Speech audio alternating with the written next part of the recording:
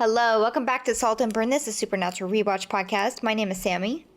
I'm Valerie. How's it going? I actually just listened to one of our earlier podcasts, and I feel like I've fallen behind on listening to us. And so I was just kind of spot checking stuff. And every time you do the I'm Sammy, I'm Valerie, my I'm Valerie is. I feel like I'm like more tired each time I've said it. There's one I listened to. It literally sounds like I'm Valerie. I'm like, my God, Valerie, push a little air over your vocal cords. Come on, It's vocal fry. It's trendy. Yes, exactly. But I'm feeling good. I had to get up early this morning because we had 2 shows this morning. So, and then I tried to come home and take a nap, but when you try to like force a nap, it doesn't happen. No. So, you apologize, but I'm like, I'm awake. Let's do this podcast. Great. Yes, I was running a little behind because I was watching the special features and the gag reel on the DVD. Oh, come on. Is it a different gag reel than like what they show on YouTube and stuff? I have no idea because I've not seen the ones on YouTube. I try to avoid watching it until the end, so I can watch that. Gotcha. But I do know it felt like a 5-minute clip of all of the things that Dean was eating. It was just, it was the Philly cheesesteaks, it was the taquitos, it was the sandwich that Mom made, it was the trickster candy in the mouth, it was literally everything. That's amazing. That's amazing. Did you notice any of the things that I've called out as outtakes and stuff? Yes, the window one was pretty funny. Isn't of Sam that one being funny? like, I can't open it. I can't open it. I can't open it. They closed the latch too far. I cannot physically open it. Open the goddamn window, action! And then Jensen just like cracking up in the background. He's just like, I'm just waiting. I've got all day. Yes, very funny. I do have to apologize to everybody involved. The fucking kid that lives above me is like going full force tonight. Stomp monster. And also, it's a beautiful day outside, which means the drag racing is in full effect, particularly because of daylight savings time, and it's still light out at almost 7, so it's going to be noisy on my end, as you can hear. Oh my gosh, that's crazy. I will try to edit out as much as I can, but I want to point out something that you went back and researched. Speaking of apologies, it's not an apology. This isn't something to apologize for. But remember when I said, like, this is the first time we get to hear Kansas Wayward Son? Yeah, I was actually going to mention that here too, but go ahead. No, I was just going to say, because since you are on this roll, and I was like, but I wanted to tell you that Sammy went back and researched after I said that, because she's like, no, this isn't the first time we've used it. And I was like, well, okay, maybe I missed it. But because I watched it on Netflix, this was my first time hearing Kansas play Wayward Son attached to a specific time in Supernatural. Yeah. But in the DVD versions, you said season 1 had it, right? And that was before Supernatural. That was before Netflix garnered the rights to all the music. Yep. So I just want to say thank you, Sammy. Oh, you're I was willing to be like, well, okay, I guess I was wrong. But I was like, I remember being so happy for the first time hearing it. So, I was trying to like find out if it was the part 1 or part 2, because it was a to be continued episode, and I couldn't remember which part it was. I assume it was part 1, because when I went to go look on Netflix, it was like some terrible sounding, knockoff rock, like alternative rock song. You know what I mean? I tuned out most of Act 1, season 1, because every time I wanted to be like, this would have been a great moment for a cool rock song, you're like, it was a cool rock song. Like, I got to Julie and I the other day in rehearsal, unrehearsed, and what do you call it? In the moment, I had to do a rock, paper, scissors to decide who got to go tell a chorister that his fly was down. Because I looked over at her, I said, who gets to go tell Harrison that his fly is down? And she's like, and she went like this. We went, rock, paper, scissors, and she lost. So I was like, oh my God, I got to do rock, paper, scissors. Did you pick scissors? I did. I did. And I was shocked that I won. Always with the scissors. Always with the scissors team. Are you ready? I am mostly ready. Yes. Mostly ready? Okay. So I went and did some stuff without actually checking with you to see if you had done it too. So we may have a lot of overlap. We both did that because when I was done, I was like, I didn't even check to see which ones she was like gonna look for. Right. I did the same thing. Oops. Like, oh no. But good. So maybe you filled in some of the blanks because there were a lot of things that, I was doing it mostly from memory or just from like my notes in my notebook, but not thoroughly reading all of my notes because there's so many pages. Yeah, and it's hard to pull out the highlights, Yeah, exactly. I posted this on our social that this is going to be a hard season to say goodbye to. Yeah. I really enjoyed this season. Season 1 was good. It gave you a taste of what to look forward to, but I feel like the writers and the directing and even Jensen and Jared just like picked up this season and ran with it. Yeah, they got in a groove and they kind of figured out what the finish line is going to be. They're starting to make their way towards that. Which is weird because it's kind of they're veering off a little bit from the urban legends and yes, I was like, where's all the research that we get to do on the monsters and and how these legends came about? I mean, there is some definitely, but nowhere near as much as we did in season 1. Same with the made upness part, the supernatural isms. Yeah, not in this. They really ran with closer to home character development and stuff that was more to the heart of the lives of Sam and Dean, as opposed to one-off monsters that they just have to figure out how what it is, B, how to kill it, and C, how to save whoever is being tortured or tormented by said monster. I tracked what the monster of the week was, the weapon, or like how it was killed, resolved, whatever, vanquished, where they were, Dad's journal, which as far as I know, not a lot of appearances of that. Like one. Really? Like appearance. 3 appearances? But just from my memory, so I could have been remembering it wrong. Or at least maybe it was just a mention. Salting and burning, I marked when they actually did it and when it was just like a mention or a maybe we should do this, guess what, we can't. Right. I've got their aliases. Yeah, I got a few of those. I have splatter, which I didn't do splatter, so that is all you. Not much of that until the end when it does start to stack up a little bit. And just other little extra things, like I marked if this was the first appearance of the Roadhouse, and then the second, third, etc. Okay. First appearance of Gordon, and first appearance of special things. I did notables. Yeah. Yeah. I did like notable characters. I also did like a list of unresolved issues or unresolved characters, because pretty much there's a good wrap up in this season. There was a lot of things got checked off the list for Sam and Dean. Yeah. But then there was a number of things that were mentioned and did not get resolved, whether it was a character or a plot line.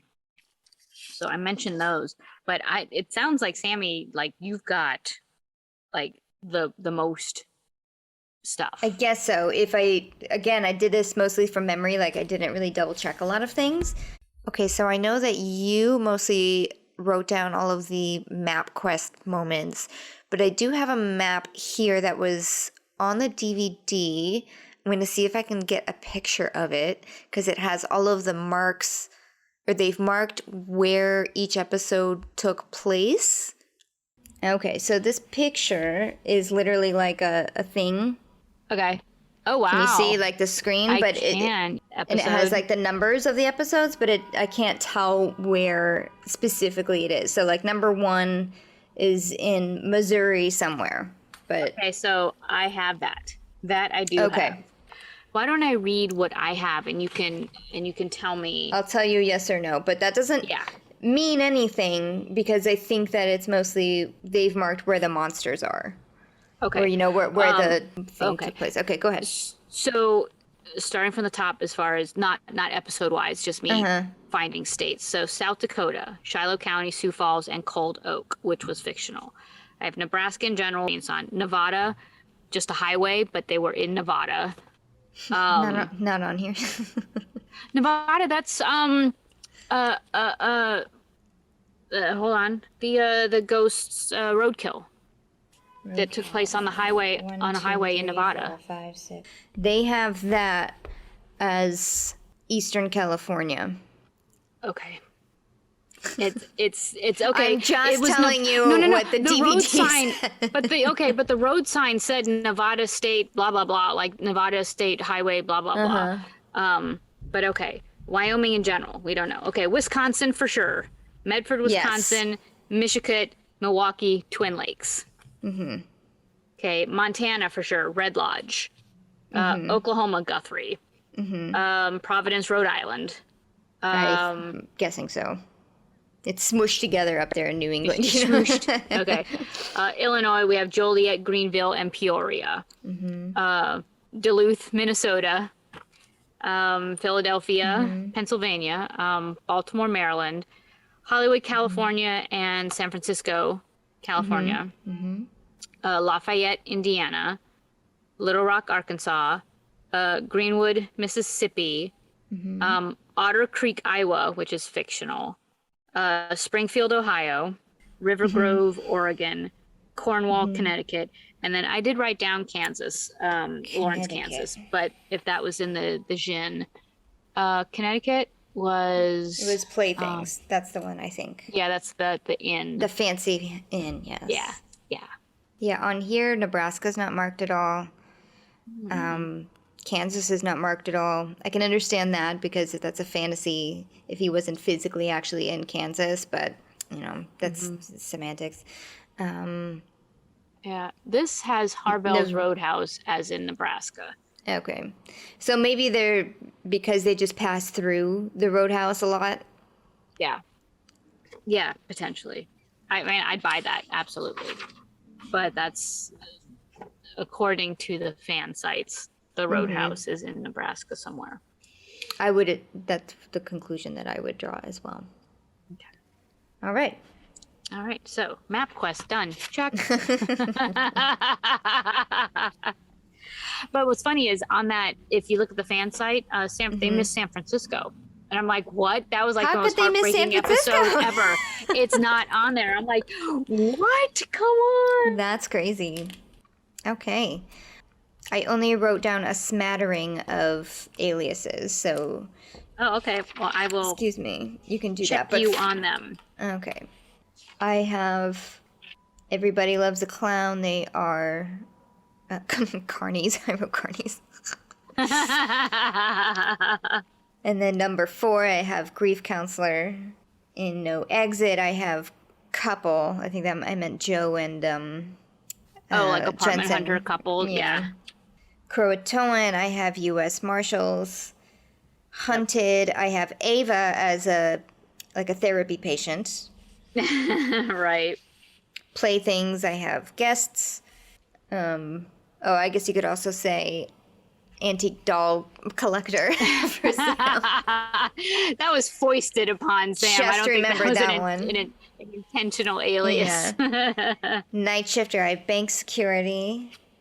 And SWAT. They walked out of there as Oh, that's SWAT. right. Yep, Yeah. You're right. Tall Tales, I have reporters and Wi-Fi guys, cable guys. Roadkill, they're just random strangers. And Heart, they are cops. Hollywood Babylon, they are PAs. Folsom Prison Blues, obviously prisoners. So I had specific names. On John's insurance card at the hospital, he was Elroy McGillicuddy. All right. They were reporters for the Weekly World News when they were telling that one cop about they were asking about the vampire cattle mutilations in that one cop's office, who was like, guys, cows explode all the time. You know, it's not vampires. They're doctors. They were friends of the zombie girl, and then they were like the zombie girl's cousin, I think, Alan Stanwyck, when they're trying to get information about zombie girl. Then they were grief counselors. They were officials, like in the episode with Andy. They were some sort of like Andy's aunt had like, well, I forget what the disguise actually was, or the alias actually was. Oh, if they were like knew, or insurance or will. Yeah, exactly. Something like would do with the will, I think. Something. Yeah. And then I've got the apartment hunters. They were insurance investigators. They were reporters for Architectural Digest, and that was in the Crossroads, the Hellhound episode. Then they were animal control, looking for the hellhounds. U.S. Marshals, you got that, but their names specifically were Billy Gibbons and Frank Beard from ZZ Top. They were Scott Gary's schoolmate. You know, they were like, we went to school with Scott. Kid. Mm-hmm. Yeah. And then that stupid name that Dean used, Mr. Mahagov, that whole Magahoff or whatever, Mahagov. I still don't get the whole masturbation thing, but okay. You said it, FBI agents, security service agents, and then SWAT. They that wasn't really an alias, but they went out in disguise as SWAT. Sam was an orderly to talk to the girl who thought she saw an angel. And then they were electricians. And at one point they were Detective Landis and Detective Dante. They're in the werewolf in that's the Heart right. episode. And then specifically Dean as a PA called himself Ozzy. I didn't know that. Yeah, he called himself Ozzy. So that was, and then the rest of the time they were themselves, you know, essentially caught up. Yeah, they were themselves a lot. Yeah. So that's aliases. I didn't see any specific badges, you know, except for the FBI. Okay, so I guess now I'll go through like the monster of the week I'll just go through per episode. Okay. And how they killed it, or cool, didn't kill it. Okay. So in My Time of Dying, we had the Reaper / Yellow Eyes. Reaper was not really a monster. Not a no. There's a lot of these that are not really a monster, but they're the conflict of the week, I guess. Yeah, exactly. And she was really just doing her job. She was just doing a job, and she also wasn't killed at the end, but she was disrupted of her job by Yellow Eyes. Yeah. Or you could also say it was through Dad's deal via Yellow Eyes. So it was kind of like a dual thing that got rid of both of them. Right. In that episode. Right. Yellow Eyes was done with whatever he needed to do, and off he goes. Yep. Everybody Loves a Clown. The killer clown was actually a Rakshasa. Yes. Killed by a brass pipe from the organ. More specifically, you just needed a brass blade of some kind. Yep. Bloodlust, the monster was vampires. Killed by beheading. Gordon was also probably, I could consider him a monster, and he was gotten rid of by being left tied to a chair. And then, you're going in order of episode. Okay. Yeah. And then later, yes, he does appear as a monster again. And then he's gotten rid of by entrapment in Hunted. Children Shouldn't Play with Dead Things. There's a zombie that was brought up by a necromancy ritual. Yep. First they tried silver, didn't work, and then they just stuck her to the coffin, which did work. He staked her to the ground. I'm also going to say where the first appearances of were. So, in Everybody Loves a Clown, the first appearance of the Roadhouse. Oh, okay. Bloodlust was the first appearance of Gordon. And in this one, Children Shouldn't Play with Dead Things, is the first appearance of Casa Erotica. Landmark. Yes. Landmark occasion. More so than Gordon, believe it or not. Yeah. Simon Said, we have an evil twin. And he was killed with a gun by his okay twin, his stoner twin. Andy! This is Roadhouse number 2, and also Psychic Kid. I'm going to call him number 3, including Max. From yeah, and Sam. Yeah. Sam's number 1, Max is number 2, he's number 3. Okay. No Exit is a serial killer ghost, and he's killed or at least trapped in the sewer with salt and iron. Yep. Roadhouse number 5. 3. Can't read my own handwriting this time. Welcome to my world. Yeah. Usual Suspects, starring Linda Blair. Death Omen. Yes. Also Bad Cop. He was really more of the monster. Absolutely. And they both were, she killed him and therefore relieving her of her duties on Earth. Yep. Crossroad Blues, Hellhound, first appearance of the Hellhound, and of the Crossroads demon setup thing. Crossroad demons, yeah. Uh-huh. And that was fixed by tricking the Crossroads demon, essentially. Or threatening her with exorcism. Threatening her, yeah, and she exorcised herself, essentially. Yeah. Croatoan, we have a mysterious demon virus, and that was not really gotten rid of. It just kind of disappeared on its own because it was just a test for Do you know Sammy that Boy. People online referred to that as a zombie episode? I could see that. They considered the inhabitants of the town zombies, but I'm like, no one ever died until they were killed. That's so not true, really but zombies. They were just infected by. Yeah, I can see why they would think that, though. The infection. Yes, it's zombies. A very much like how zombies work is, right. You don't necessarily have to. Well, no, you do have to die. You're infected. You know what? There's been a lot of zombie movies I've seen where they don't die. They just kind of turn. Oh, see, I'm just looking at Walking Dead, and Walking Dead is once you die. Oh, yeah. So you're infected. But it's not until you die. In Resident Evil, they don't die. They just kind of slowly turn. Or maybe they do die, but it's just for like a split second. You don't actually see them like pass out on the ground. It's just all of a sudden they go. I'm wrong. If you're infected, then you turn. In Walking Dead? Yeah. I haven't seen Walking Dead. Everyone's like, oh my God, you're bitten. We need to kill you and chop your head off. Oh, yeah, because you'll turn. Yeah. So I could definitely see why they would call it a zombie virus. But when I first read that, I was like, wait, what? I don't remember zombies. Yeah, they were essentially enslaved to the virus. So okay. Yeah. Gotcha. Oh, Hunted is the second Gordon. What else? Oh, there was a lot of stuff that happened in Hunted. Roadhouse number 4. Psychics number 4 and 5. Yeah. Gordon number 2. The secret was revealed. The second time the boys split up, but the first time in this episode.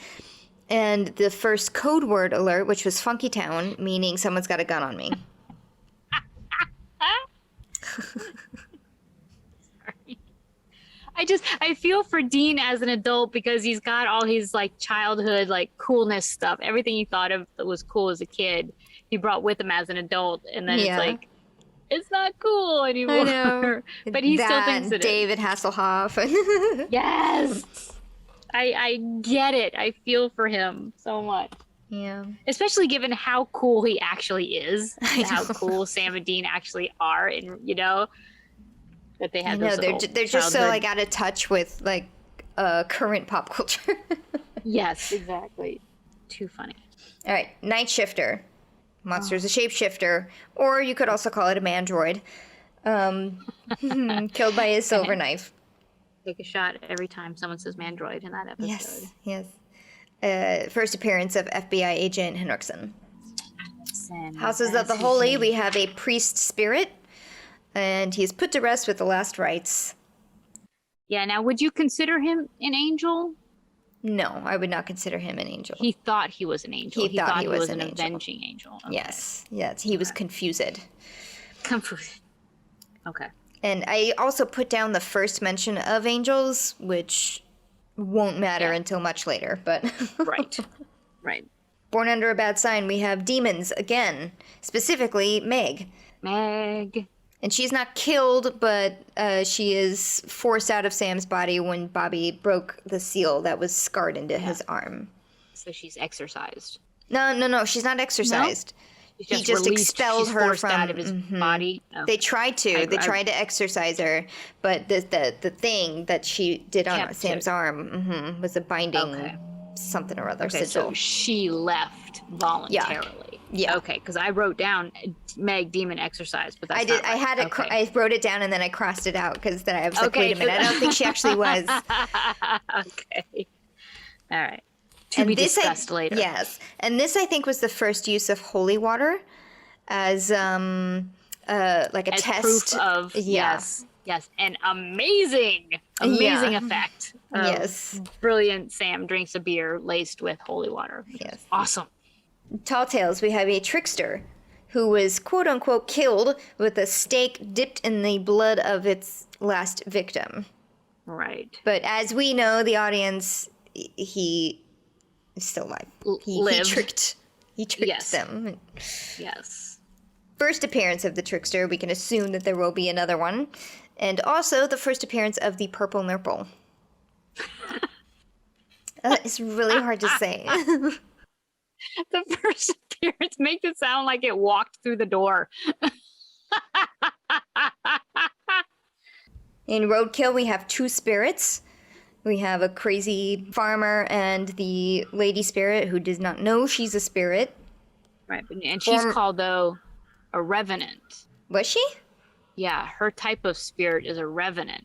One I don't remember that at all. Can't let go. One is the one that's rooted in our presence because they can't let go of. Wow, don't remember that at all. That term. Molly is a revenant. But the first guy was killed with salting and burning, and I think that's the first time this season they actually do it. It's mentioned a couple of other times, but then or they cannot do it because the body isn't there anymore, or what have you. That's why we're going faster, Sam, faster. I know. Find him faster. Yes, that was. And then she was released, I guess, just from knowing the truth. One could say, or knowing the truth and accepting that she had to let go of her husband. Yeah. In Heart, the monster is the werewolf. All right, I will clutch my pearls every time death I think ever of that. By Silver Bullet. But also first appearance of rock, paper, scissors. Yes. And you know what? Nobody really lost in that episode, by the way. No one lost that particular round of rock, paper, scissors. Dean got to go to the strip club. Sam got the girl. I see what you mean. Yes. Yeah. Until the everybody end lost in that when episode, everybody lost. Not the game of rock, paper, scissors. Yes. Hollywood Babylon, we have movie star spirits or Hollywood-ish spirits. Yes. Oh, so many ghosts. There was like the guy who was killed on set. There's the electrician. There was the actress. There was the... Yeah. One was destroyed by salting and burning, and the other ones were, I guess, destroyed with the destruction of the amulet after they destroyed him. And they just said, all right, we're done, bye. Because they were being controlled by a human, and once the human was, no longer in control, they're like, peace out. Yep. Folsom Prison Blues, we have a nurse spirit. The least scary spirit of all. Killed by salting and burning. Yeah. But an attempted salt and burning prior to that was Sam tried to salt and burn the blood remnants of the prisoner they thought was actually haunting the prison. So it happens twice. There was twice. Yeah. What is and what should never be is a djinn, and it is killed by a knife in lamb's blood? Yeah, or specifically a silver knife. Okay. Yes. That's what I thought. Yeah. I should just assume it's always silver. Precious metals. Yeah. And in All Hell Breaks Loose, I'm combining them into one. Main demon is Yellow Eyes, but one could also consider Ava and Jake. And Yellow Eyes meets his end by the cult, which makes its appearance yet again. So it started the season and then it ended the season, which I thought was kind of cool. Yep. There's also the Ashiri or Ashiri. Oh, that demon thing. The demon that... The one that Ava can control. Right. She was blocked by salt, so she couldn't cross the salt lines. She was able to be vanished or whatever, like iron. With iron, iron, but she was being controlled by Ava. And once Ava was killed, we never saw it again. Demon was gone. Yeah. And then Jake was killed by a murderous Sam, whom may or may not be whole Sam. Right. Guess we'll find out. So we next had the special children. Yeah. So we had Jake, Lily, Andy and his evil twin Ansem, like you said, Ava, and Sam. And then the guy who could electrocute cats. That Gordon killed. He was in the psych office. I forget his name. Scott Carey. Yes. Yeah. Yep. So I had humans on the list as monsters just because of the like you said, the people who were controlling the ghosts or the spirits. Vampires, zombie. The ghost in Playthings, that little girl ghost. Yep. Priests. I said priest, House of the Holy, but you mentioned him.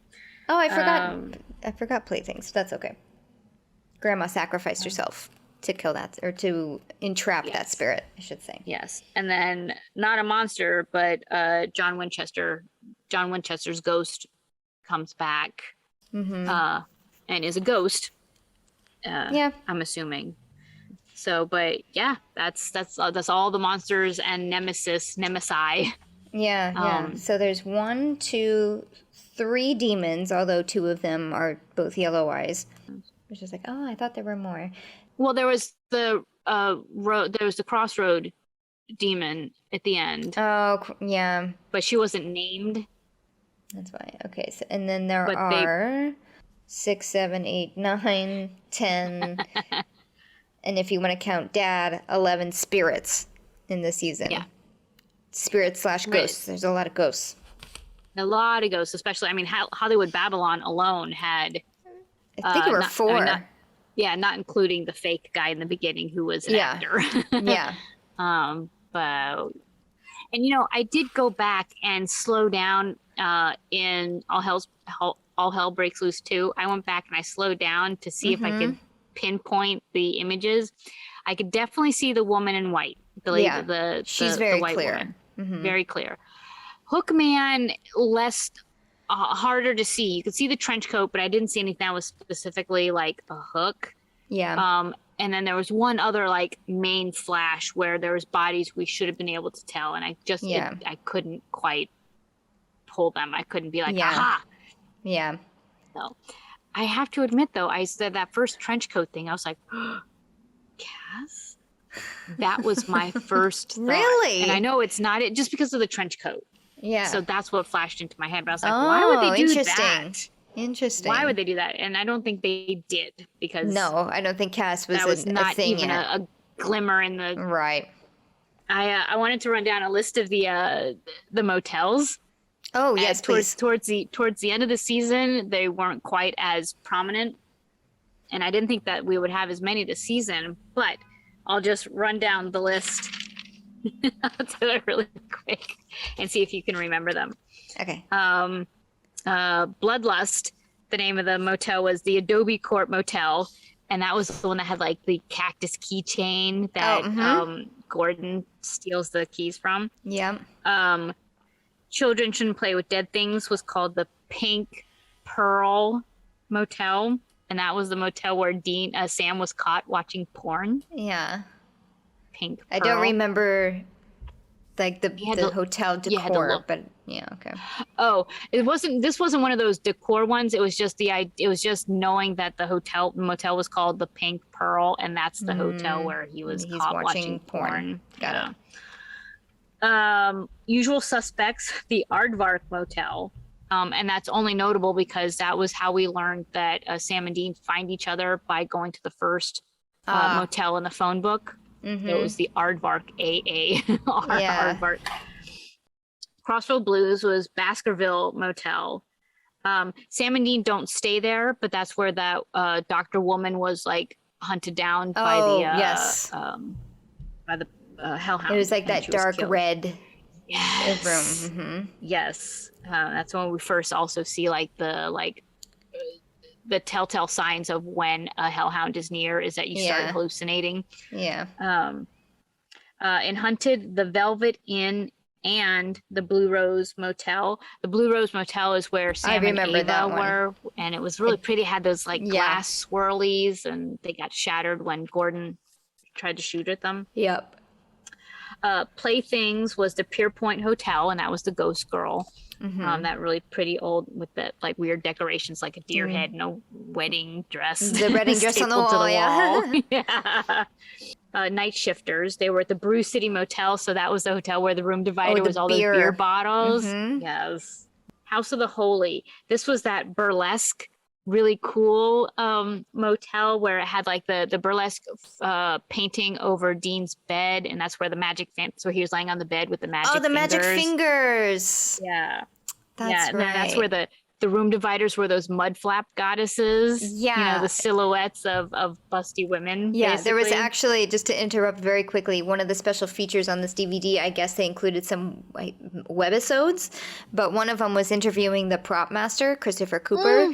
And he was wearing this jacket that had like a strip of tape along the arm that were those mud flap ladies, the back-to-back ones, you know? But it was just like in a pattern.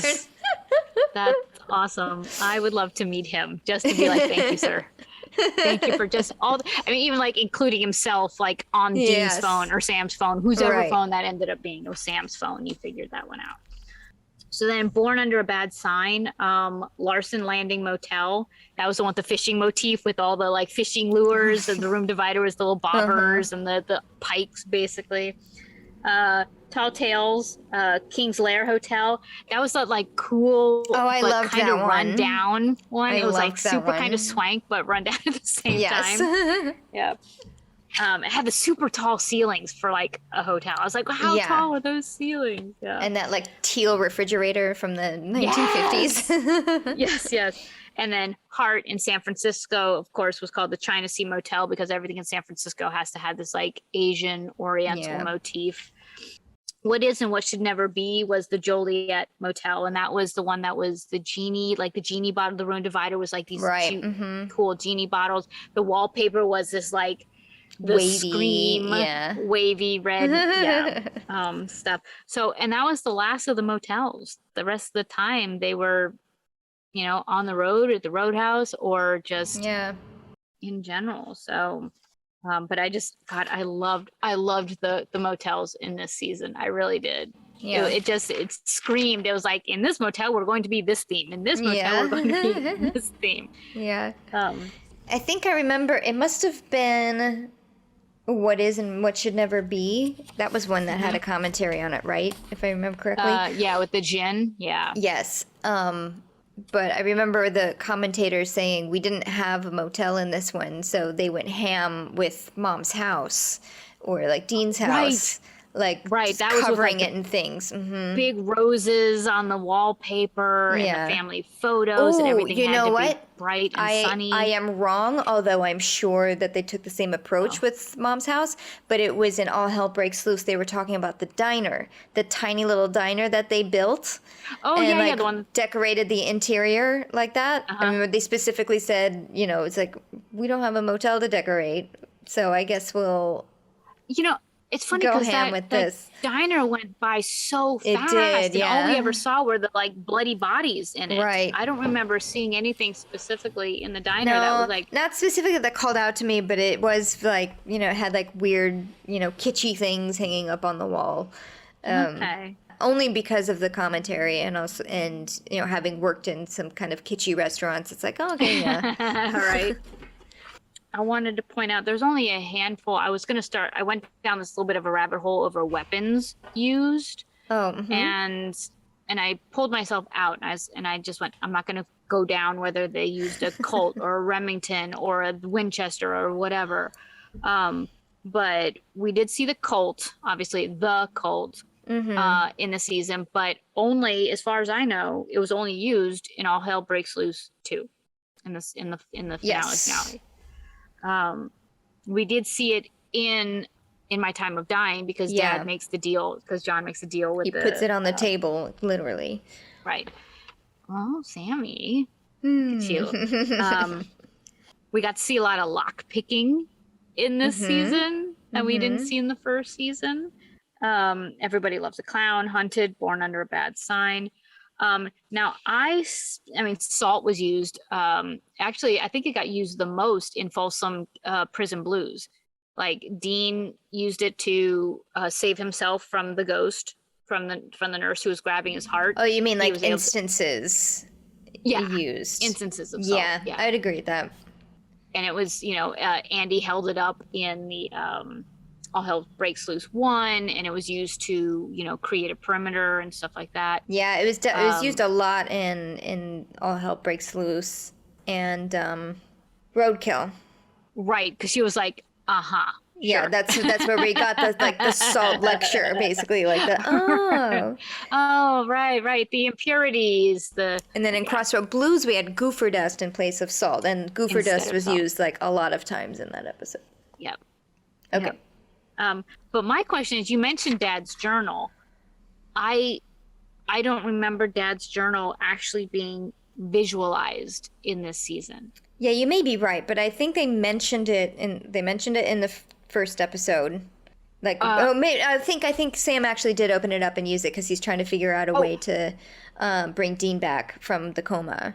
And then the only other time that I remember was Heart, because I remember Sam saying maybe Dad's journal has something about, maybe he mentions, because that's where they get the idea of killing the alpha werewolf or the first werewolf as a cure, as a possible cure. And then I have what is and what should never be, and I don't know why I marked that down. Oh, okay. Maybe it was towards the beginning. Maybe Sam was looking at it, but I think he was just looking on the interwebs for it. But I don't have those sheets with me. The only other thing that I wrote down about this season were notables, like notable characters. Now, almost every episode had a notable character, but some stood out more to me than others. I wrote down notables who died.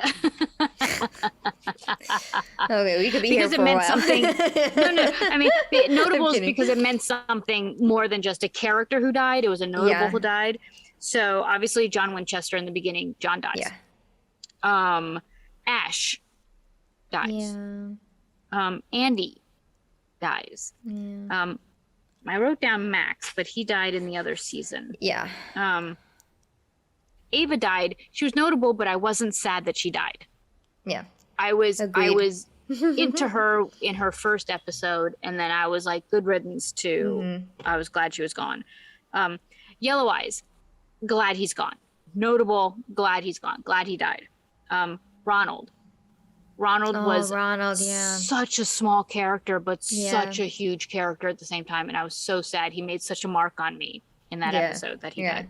Because it's rare that the good guy dies, or at least you get to know the good guy before it dies. Usually the murder happens in the first 3 minutes of the opener. And you didn't get to know them. Yeah, right. They're just somebody who crossed paths, and that was it.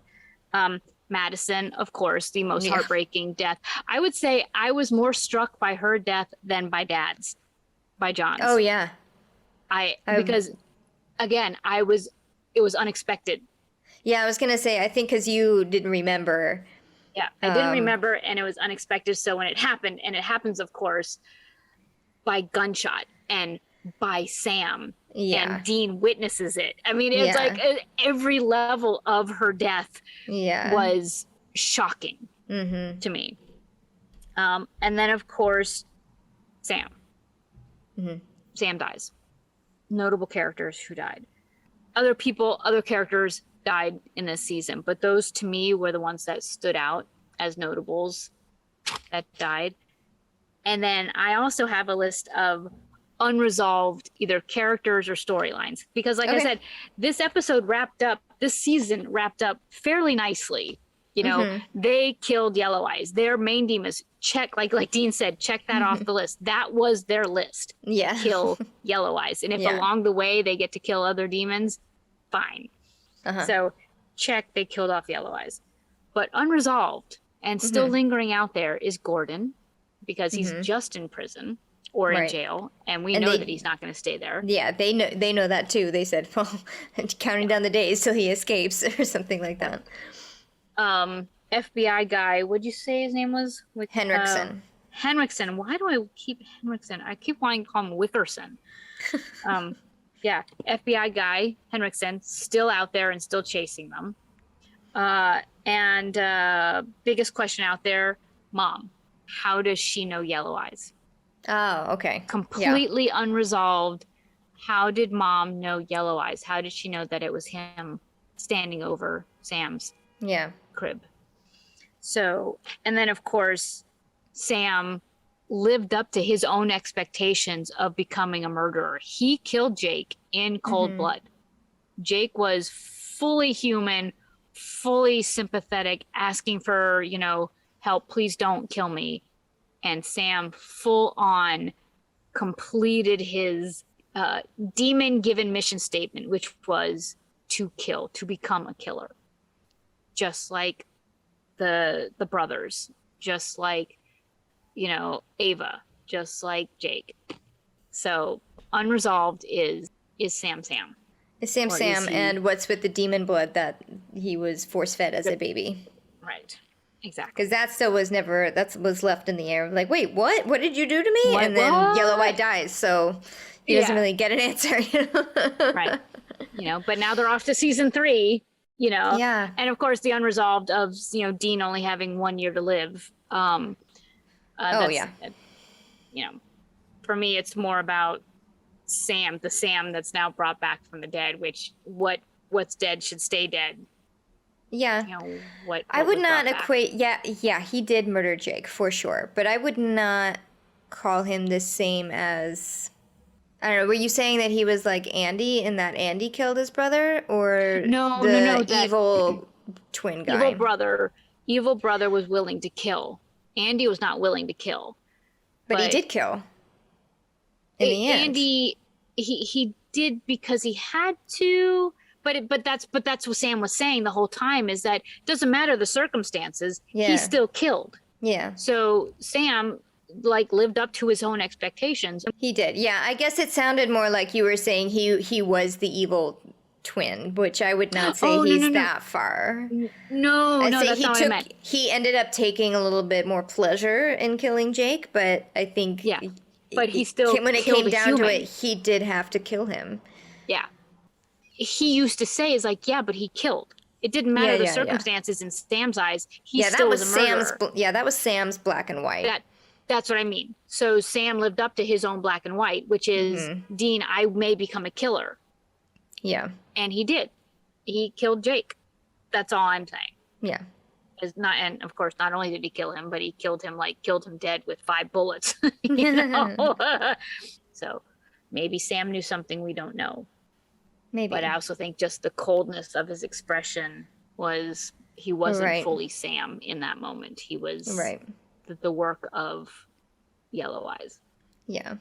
Or it just he finally snapped, and not in a Yellow Eyes way, but in he was betrayed by Jake, right? Absolutely. He was just like, let's go, we'll do this together. And then Jake absolutely gave him the biggest sucker punch of all time. Right. Not only the Superman literal punch, but then the stab in the back, Yep. And then willing to kill Ellen at the same time to get what exactly. He was so after. I don't know. I think that would make anybody kind of snap. It would. Even little Angel Sam, who is yes, except you had to see Sam's face, which was, I say, the same face that Dean had when he cut off the head of the vampire, which was just not human, not attached to the human component of monsters. But the cool thing for me for this season was that it started with Dean being burdened with Dad's secret, which is you have to protect Sam no matter what. And then the arc of how this season ends is Dean he absolutely, no matter what, saved Sam. He sold his soul to save Sam. Yeah. But in the end, it's Sam who now has to look out for Dean. Yeah. And so that big secret, the arc is protect Sam, protect Sam, protect Sam. Now we have to look after Dean. And I loved that turn without it being a battle. You know, Dean was broken at the end. He's like, please don't be mad at me. Like, his heart was breaking. He's like, and not because I sacrificed myself, but he's like, I need you to live. I need you to be happy. I need you to be, you know, the little brother that never got to be the little brother because of our hunting days. Yeah. As Michael Scott would say, my, how the turntables. That's it. Did you have a favorite episode? Well, you know, it's funny. I don't think I had a favorite episode. I had favorite moments and characters from different episodes. My favorite episode, just because of my visceral reaction to it, was Heart. But my favorite, like, guest character was Linda Blair. You know, I loved her relationship to Sam and Dean, you know, and so I loved how that episode happened. I loved almost everything about that episode, except for the acting of the guy cop, who was just in the very beginning, in the first In My Time of Dying, the moment where Dad leans over Dean's, you know, hospital bed and tells him the secret of, you know, I made a deal, you have to keep Sam safe. The look on Jensen's face when he looks back at Dad, that right there encapsulates everything about Dean for me. In that particular moment. For me, there was no Bugs episode in this season. There was no like throwaway stupid episode. But I don't have a favorite. Heart, just because of, again, the gut punch it gave me. I liked All Hell Breaks Loose Part 2 because I was like, finally, you got there. You know? I was waiting for that. I was waiting for this. I knew something like this happened. I just didn't remember when or how. So when it happened, I was finally like, yes, okay, we got it. But yeah, how about you? Kind of the same, and as much as I didn't have one singular favorite, I also really like Heart, but I also hate Heart because it's like poor, you know, Sam finally finds like another connection and then he has to kill it, you know, just like he didn't kill Jess, but she died. Right. But he also connected to Jake, you know, when they had their moment, their connections. I mean, not obviously a sexual heart-to-heart connection, but they did have a connection. They talked it out, and he ended up having to kill him. Right. Yeah, you're right. Wasn't quite as broken up. This is some trust issues for Sammy boy here. Poor Sam. Poor Sam. I loved Crossroad Blues because I loved like the music element in it. Like I love that episode's soundtrack. And I really like the concept of how they did the Hellhound, how you couldn't see it. Couldn't see them. And that's how the demon drag you to hell. Yeah, or like they finished the contract. Essentially, is by sending this giant invisible beast. The dog, right? Yeah. No, that was what a great spin. I mean, I love Tall Tales because that's like a very humorous episode where you see the playful side of the brothers and also the playful side of Bobby, you know, who comes in later on. Who just wants to like knock their heads together. Exactly. It's him saying idiots without saying idiots. Without actually, we haven't gotten there yet. We haven't gotten to our first idiots. Right. But yeah, and just also the character growth of Bobby as I'm not going to call him a father figure, but as a guidance in their life. You know, as someone they can trust, as a human person they can trust in their journeys and in their travels. He's this beaten down, dirty, like literally physically dirty, you know, old guy who wears greasy baseball caps. But is still smarter than them, you know, more world-wise than them, you know, and as they learn, someone that they can, you know, trust and turn to when they need to. He's smarter than the boys, but you don't know how much smarter, you know, each episode tells us. Yeah. So yeah, I would say for me, it's definitely the second half of season 2 that I am more drawn to as opposed to the first half. The first half is still good, but it's not until it's like, well, yeah, Crossroad Blues I did like, but like when Croatoan happens, I think for me that's when it's really starts the uphill Not uphill, because that sounds like it's a trudge to get through. That's not what it is at all. It's like the anticipation, maybe. It's like the uphill of a roller coaster when you're like, oh boy, oh boy, oh boy, oh boy, we're getting There's there. something coming. Yeah, they're going to get there eventually. Yeah. Yeah. I don't know. I enjoyed the season. I really enjoyed the journey this season brought us on. I'm sorry to see some characters go, but I understand why they had to go. There were some beautiful cinematography leaps in this season that they didn't do in season 1. Even with the start, with the opening, with, In My Time of Dying, they harken back to the car crash, and that in itself was just so jarring and so beautiful, the way it was shot. And there were just the quiet moments between the brothers, also beautiful cinematography. And the season didn't have as many like cool shots like the first season did, like in the Phantom truck, the 666, like all the night shots with the trucks and the headlights and the fog and stuff like that. All super cool, like, cinematography stuff. Yeah. I think this season was more about like artistic storytelling. Yeah. As opposed to cool camera stuff. I look forward to seeing more like Impala cool driving. Sexy driving, yes. Yes, I want to see a little bit more sexy driving. I want to see a little bit more. I mean, Dean got his ass kicked left and right this season by women, which I loved. So I look forward to seeing more, fisticuffs and stunt play. Yeah. So I have no idea. I have no idea what season 3 is. I didn't look at it at all. No, I'm just looking at now just the title of the first episode, just so I can say it at the end. Just like tune in next week. There's like pictures I see on IMDb that are kind of hints, but still not. I couldn't tell you anything about it. Particularly the Magnificent Seven. It's a picture of a demon guy, but I couldn't tell you. Well, I think I remember what that is, but I thought that came later in the series, like the 7 Deadly Sins. Isn't that what that's referring to? Oh, it must. And I thought that came later. All right. I guess not. All right. Well, I can't. I said on social media, I am hooked in. I am ready to do season 3. It's like I loved season 2 so far. I loved it more than season 1. I will definitely write off on that. I think again, first seasons are hard, and season 2 they found it. They got me. They hooked me. I am in. I am all in. Yeah. I'm also a little bit sad that it's veered so much from the urban legend stuff, although I understand because there's only so many urban legends that exist. Right. And I think maybe they made this mistake, as I was thinking about this, watching some of these special features.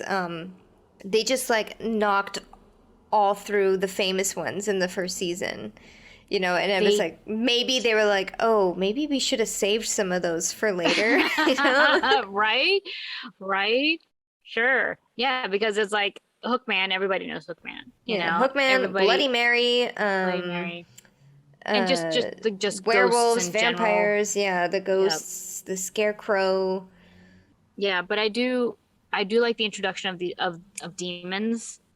Yeah. I mean, demons were in season 1, but these like demons seem to have a little bit bigger play, especially since Dean summoned his own demon. Like I said, we didn't get to do as much research into like the monster of the week,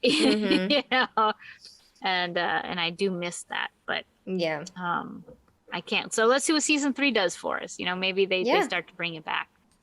All right, shall we wrap up the wrap up?